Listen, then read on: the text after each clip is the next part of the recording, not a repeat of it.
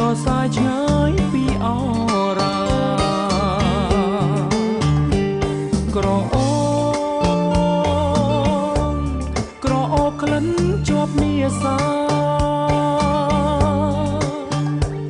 ក្លិនកាដែលព្រាត់គ្នាមកជាយូរឥឡូវម្ចាស់ក្លិនណាយនៅទីណាក្លិនកាដែលធ្លាប់ធ្នមបីត្រករៀមនៅចាំមើលផ្លូវគ្រប់វេលាទោះជាយំជ្រៅយ៉ាងណាក៏ដោយបងជ្រាបដងហើ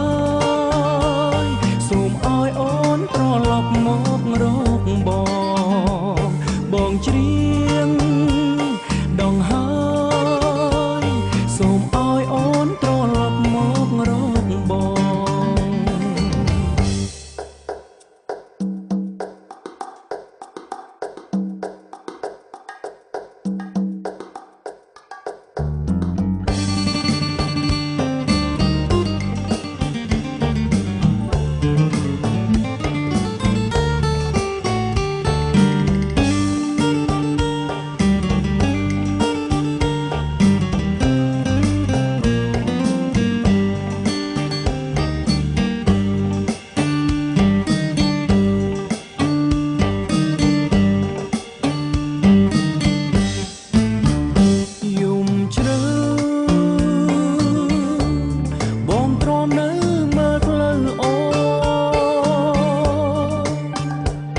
មិនឃើ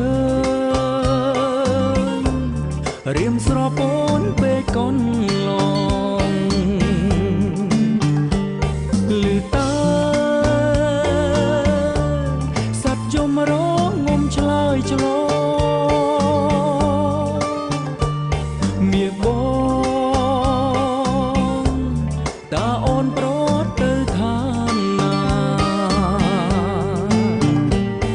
ឬមួយ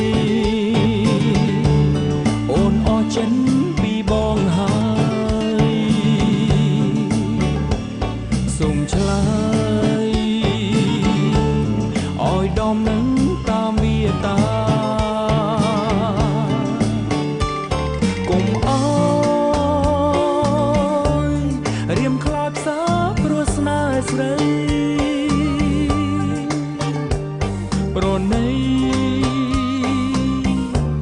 ផ្ញើសំដីឲ្យដឹង